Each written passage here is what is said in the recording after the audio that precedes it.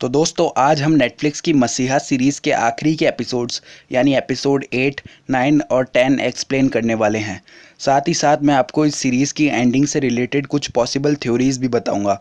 Video start करने से पहले अगर आपने इस सीरीज़ के पहले के 7 एपिसोड्स की कहानी नहीं जानी तो आप उन सब की एक्सप्लेनेशन वीडियोज़ मेरे चैनल पर देख सकते हो। और प्लीज़ इस वीडियो को देखने से पहले इन्हें ज़रूर देखिएगा, नहीं तो आपको आज की वीडियो में कुछ भी समझ में नहीं आएगा। और हाँ दोस्तों, YouTube के मुताबिक मेरे चैनल पर वीडियोस देखने वालों में से लगभग 95% लोगों ने अभी तक मेरे चैनल को सब्सक्राइब नहीं किया है। तो अगर आपने इस चैनल को सब्सक्राइब नहीं किया तो नीचे एक रेड कलर का सब्सक्राइब बटन आ रहा होगा, वो ज़रूर दबा दीजिए और उसके बाजू में एक घंटी भी आएगी, उसे भी दबा दो। तो चलिए बिना टाइम वेस्ट करे चलते हैं एक्सप्लेनेशन वीडियो में।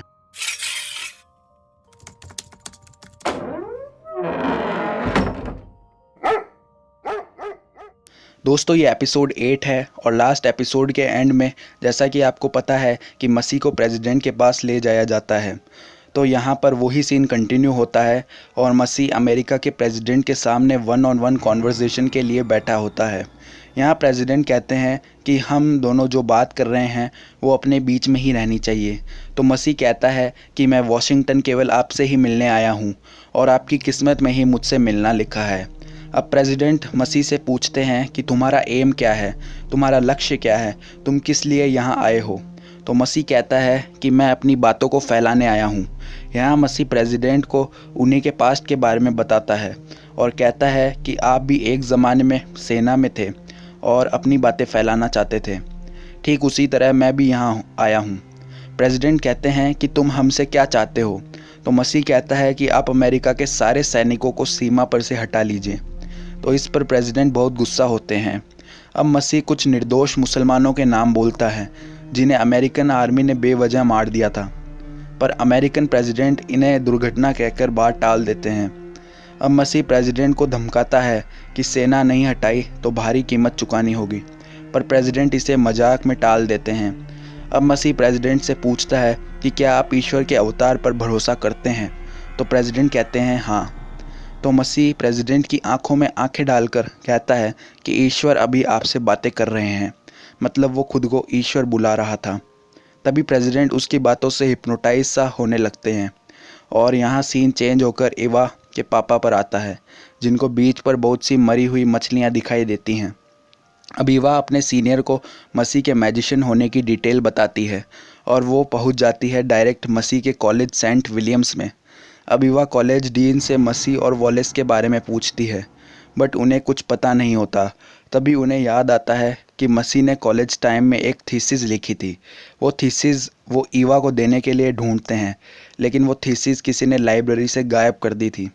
अब यहाँ विल के बॉस उसे कॉल करते हैं, बट विल यहाँ थोड़ा स्ट्रेस्ड होता है क्योंकि ईवा उसे केस रिलेटेड कोई डिटेल नहीं बता रही थी।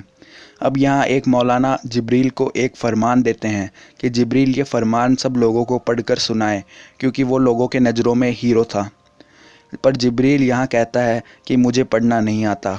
अब यहाँ समीर दिन रात धार्मिक किताबें पढ़ता रहता है, पर एक मौलाना आता है और उससे वो किताब छीन लेता है, जिससे समीर थोड़ा निराश होता है। अब यहाँ मसीह सारी मीडिया को एड्रेस करता है। एक रिपोर्टर पूछती है कि क्या आप सच में पानी पर चले थे।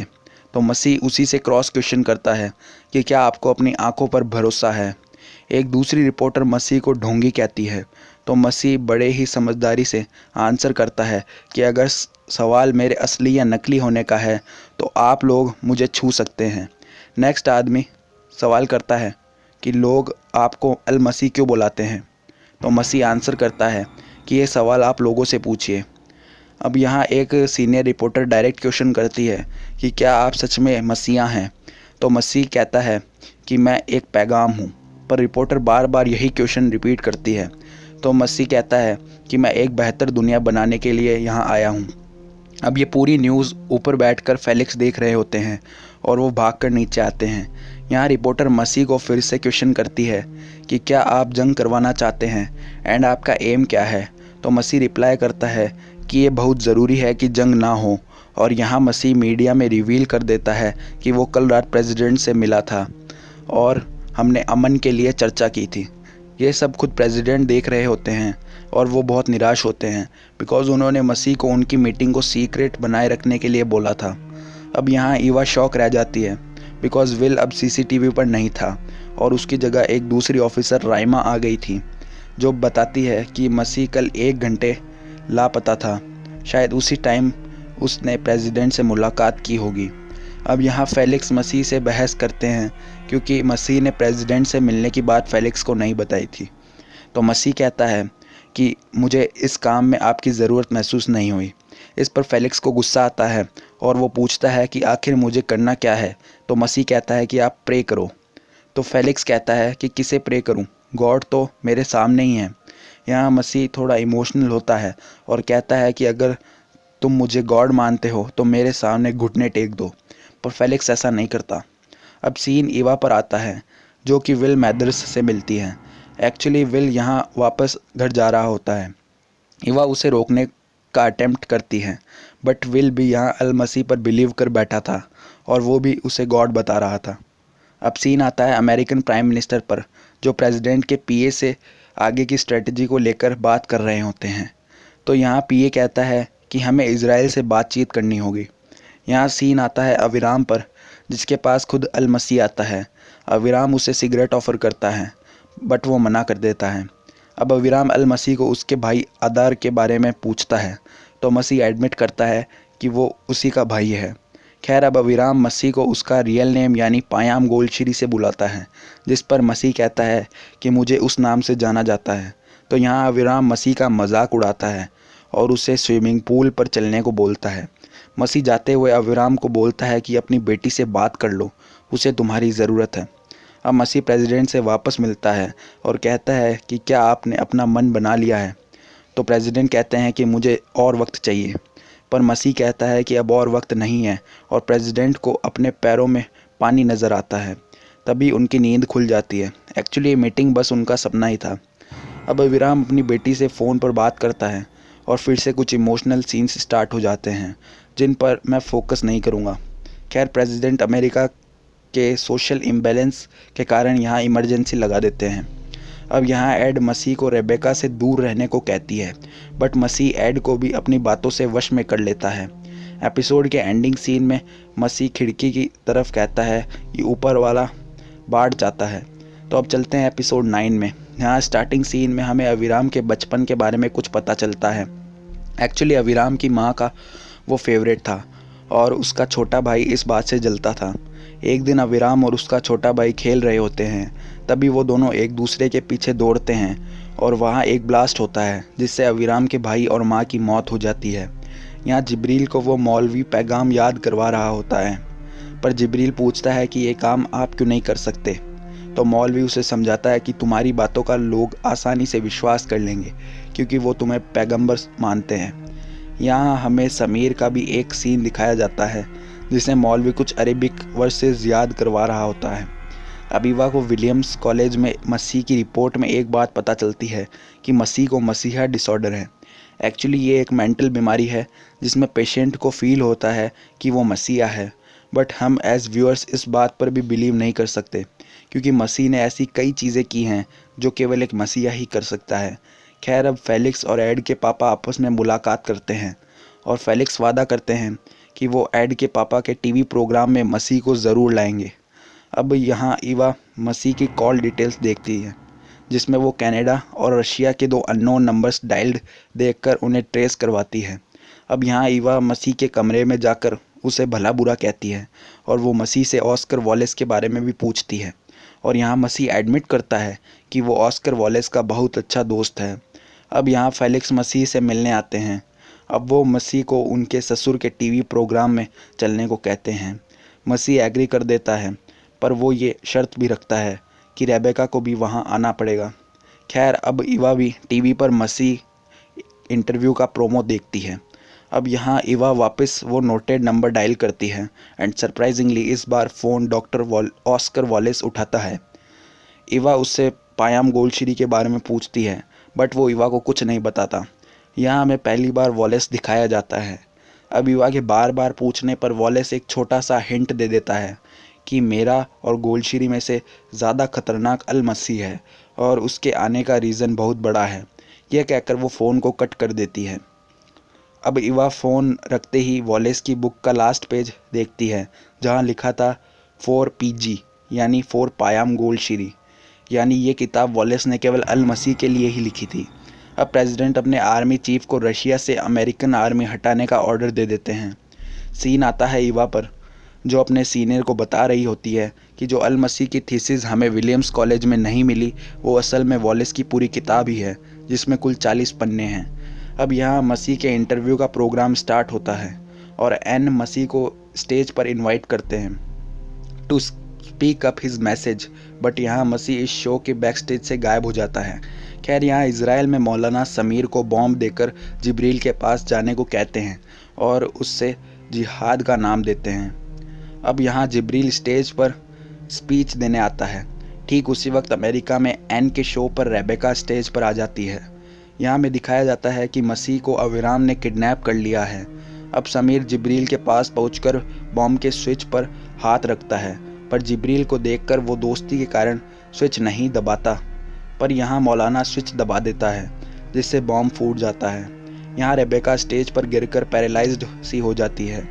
इसी सीन के साथ एपिसोड 9 एंड हो जाता है। दोस्तों, अब चलते हैं सीज़न के आखिरी एपिसोड यानी एपिसोड 10 में। तो यहाँ स्टार्टिंग सीन में हमें 2011 के अविराम के व्यूज़ दिखाए जाते हैं। यहाँ अविराम एक इनोसेंट बेकर को इंटरोगेट करते टाइम टॉर्चर करता है, पर बाद में जाकर अविराम को पता चलता है कि वो लड़का असल में अविराम का छोटा भाई है, जिसे जानकर वो बहुत इमोशनल हो जाता है। एक्चुअली दोस्तों, उस दिन बॉम्बिंग में उसका छोटा भाई मरा नहीं था, बल्कि केवल उसकी माँ ही मरी थी।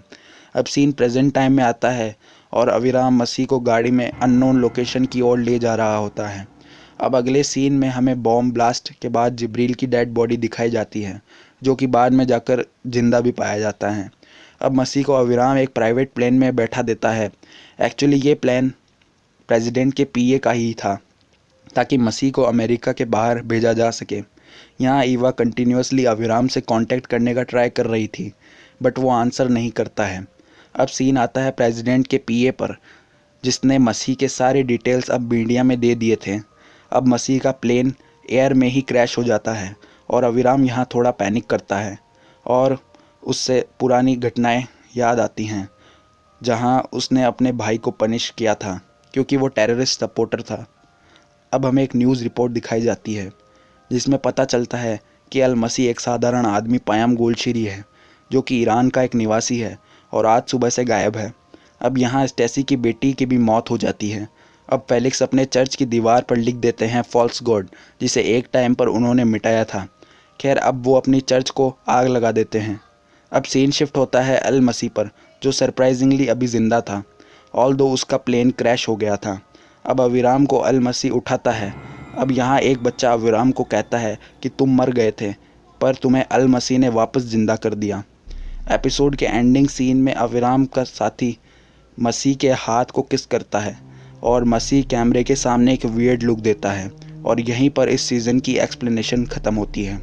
दोस्तों, अब मैं आपको इस सीज़न से रिलेटेड कुछ थ्योरीज़ बताऊंगा। क्लियरली यहाँ हमें कोई एक्यूरेट डिटेल नहीं मिलती जिससे हम मसीह की आइडेंटिटी बता सकें, जो कि इस शो का सेकंड सीज़न की ओर इशारा करता है। खैर, यहाँ मैं आपको कुछ क्वेश्चन के आंसर्स करूँगा बाय सम थ्योरीज़, पर याद रहे ये चीज़ें मेरी पर्सनल थिंकिंग है कि ऐसा हो सकता है, इनमें एक्यूरेसी ना हो, बट एज एन एनालाइज़र मैं ये थ्योरी शेयर कर सकता हूँ। तो यहाँ पर पहला क्वेश्चन आता है कि आखिरकार अल मसीह है कौन। तो दोस्तों, इस क्वेश्चन के आंसर में दो अलग अलग थ्योरीज़ हैं। फर्स्ट थ्योरी, जो मैं पर्सनली मानता हूँ कि अल मसीह और कोई नहीं बल्कि एंटी क्राइस्ट ही है, यानी ही इज़ दज्जाल। दोस्तों, पूरे सीज़न में हमें इस बात का बहुत सारा प्रूफ मिला है, जैसे कि इस सीज़न के एंड में प्लेन क्रैश हो जाने पर अल मसीह को कुछ नहीं हुआ था, बट अविराम और बाकी का स्टाफ बुरी तरह इंजर हो गया। और तो और अविराम को भी कहीं ना कहीं बिलीव हुआ कि उसे अल मसीह ने ही बचाया है। साथ ही साथ अल मसीह का इज़राइल से अमेरिका एक झटके में आ जाना, मसीह का उस बच्चे को मरने से पहले बचाना जिसे गोली लग गई थी, मसीह का रेबेका को मारने से बचाना, मसीह का पानी पर चल के दिखाना, अविराम का मसीह को शूट नहीं कर पाना, मसीह का ईवा, अविराम और फेलिक्स को उनके पास्ट और फ्यूचर के बारे में बता देना, बार बार जिब्रील और फेलिक्स के विजन्स में मसीह का आना, ये सारी बातें इसी और इशारा करती हैं कि अल मसीह के पास कुछ अद्भुत शक्तियाँ तो थी। इंडीड उसका कैरेक्टर भी दज्जाल जैसा ही दिखाया गया है। सो सेकेंड थ्योरी ये कहती है कि मसीह और कोई नहीं बल्कि दिमागी रूप से बीमार जादूगर है। इस पूरे सीज़न में हमारे सामने जस्ट उसकी ऐसी तस्वीर पोर्ट्रे की गई है कि हम उसे दज्जाल माने और इस सीज़न को हिट बनवाएं, बट असल में वो एक साधारण ईरानी आदमी है जिसे मसीहा डिसऑर्डर नाम की मेंटल बीमारी है। पर दोस्तों, इस थ्योरी को एक्सेप्ट कर पाना थोड़ा मुश्किल है। पर हाँ, मसीह का नाम पायाम गोल्डशिरी पाया जाना, उसका रिलेशन ऑस्कर वॉलेस से होना और उसका विलियम्स कॉलेज में पढ़ाई करना, ये बातें कहीं ना कहीं इस थ्योरी को भी मानने पर मजबूर करती हैं। हो सकता है कि अगर ये थ्योरी करेक्ट हो तो हमें अगले सीज़न में इसके प्रूफ्स देखने को मिले। खैर, सेकंड क्वेश्चन आता है कि इस पूरे सीज़न में जिब्रील और अविराम के बैकग्राउंड को इतना हाईलाइट क्यों किया गया है। दोस्तों, Jibril was the first supporter of Al Masih और उसने ही सबसे पहले उसे इमाम कहकर पुकारा था। तो अगर मसीह के पास कोई बेनिफिशियल पावर्स थी तो वो पावर्स का यूज़ उसने जिब्रील पर किया होगा, तभी पूरे सीज़न में हमें जिब्रील और मसीह का कनेक्शन दिखाया गया है। साथ ही अविराम का बैकग्राउंड दिखाने का मुझे पर्सनली कोई सेंस नहीं मिला, बट आई थिंक ऐसा इसलिए हुआ ताकि हमें दो अलग आइडियोलॉजीज़ देखने को मिले। यानी एक तरफ ईवा जो बड़ी ईमानदारी से अपनी ड्यूटी करती है एंड दूसरी ओर अविराम जो अपनी जॉब से फ्रस्ट्रेटेड है। खैर, अब मैं आपको कुछ ऐसे क्वेश्चंस बताता हूँ जिनके आंसर्स मुझे इस सीज़न में नहीं मिले। हो सकता है कि इनके आंसर्स हमें नेक्स्ट सीज़न में मिल जाएं। तो क्वेश्चन नंबर फर्स्ट है कि आखिरकार अल मसीह है कौन। इस क्वेश्चन पर चाहे जितनी हम थ्योरीज बना लें, बट एग्जैक्ट आंसर अभी तक हमें इस सीज़न से नहीं मिला है। सेकंड कि अल मसीह और रेबेका का कनेक्शन क्या है, ये क्या रिप्रेजेंट करता है। थर्ड कि ईवा के पति की मौत कैसे हुई और वो पूरे सीज़न के दौरान सिर्फ रोती रहती है बट उसके मौत का रीज़न नहीं बताती है। फोर्थ कि क्या अल मसीह सच में पानी पर चला, क्योंकि अविराम कह रहा था कि पानी पर कोई भी चल सकता है, पर मुझे समझ नहीं आया कि यार कैसे चल सकता है कोई पानी पर। फिफ्थ कि मसीह ने जिब्रील और उसके साथियों को लीड क्यों किया। सिक्स्थ कि क्या जिब्रील ही असली मसीहा है, क्योंकि उसे भी मसीहा के विजन्स आ रहे थे। सेवन्थ कि इजराइल से अमेरिका कैसे अल मसीह पहुंचा जबकि CIA उस पर लगातार नज़र रख रही थी। एट्थ कि क्या अंत में मलिक अविराम से झूठ बोल रहा था कि अविराम को मसीह ने बचाया है। एंड लास्ट क्वेश्चन कि अविराम और मसीह का क्या कनेक्शन है। तो दोस्तों, उम्मीद करता हूँ कि आपको ये थ्योरीज पसंद आई और ये क्वेश्चन के आंसर जो मेरे को नहीं मिले, हो सकता है आपको इनमें से कोई आंसर्स आते हों, तो आप नीचे कमेंट करके मेरे को ज़रूर बता सकते हैं। अगर हाँ, तो प्लीज़ लाइक करें और इस वीडियो को 100 लाइक्स तक ज़रूर पहुंचा दीजिए अगर आपको वीडियो अच्छी लगी हो। और प्लीज़ नीचे जो सब्सक्राइब बटन और बेल आइकन आ रहा है उस बटन को दबाना मत भूलिएगा। और अगर आप कोई दूसरी मूवी की एक्सप्लेनेशन चाहते हैं तो आप मेरे को बेझिझक नीचे कमेंट बॉक्स में रिकमेंड कर सकते हैं। इस मूवी में, इस सीरीज़ में अगर आपको कुछ समझ में नहीं आया तो वो भी आप मेरे को नीचे कमेंट बॉक्स में बता सकते हैं, जिससे मैं आपके डाउट जल्दी से जल्दी सॉल्व कर सकूँ। दोस्तों, अगर आप कोई मूवी जानते हो बढ़िया तो आप नीचे वो भी कमेंट कर दो, मेरे को सजेस्ट कर दो मूवी। मैं आपके लिए ज़रूर उसकी एक्सप्लेनेशन अगली वीडियो में लेकर आऊँगा। नहीं तो अगर आप कोई रिकमेंड नहीं करते हो तो मैं अपनी तरफ से कोई मूवी आपके लिए एक्सप्लेनेशन में लेकर आ जाऊँगा। तो दोस्तों, उम्मीद करता हूँ आपको ये वीडियो पसंद आई होगी। वीडियो थोड़ी लेट हो गई क्योंकि ये थ्योरीज़ बनाने के लिए मुझे ज़्यादा से ज़्यादा इस सीज़न को देखना पड़ा वापस, इसलिए मैं आपसे माफ़ी चाहता हूँ। लेकिन अगली जो वीडियो आएगी वो बहुत जल्दी आएगी, ये इसका मैं आपको भरोसा भी देता हूँ। आपका काम क्या है, आपका काम सिर्फ इतना है कि नीचे जो लाइक बटन आ रहा है उसको दबा देना, सब्सक्राइब बटन आ रहा है उसको दबा देना, जिससे कि मैं अगली वीडियो बना पाऊँ। और 100 लाइक्स तो प्लीज़ इस वीडियो पर कर ही देना, तभी अगली वीडियो आ पाएगी, नहीं तो अगली वीडियो आने के चांसेस कम हो जाएंगे। तो मैं मिलता हूँ आपसे अगली वीडियो में, तब तक के लिए गुड बाय।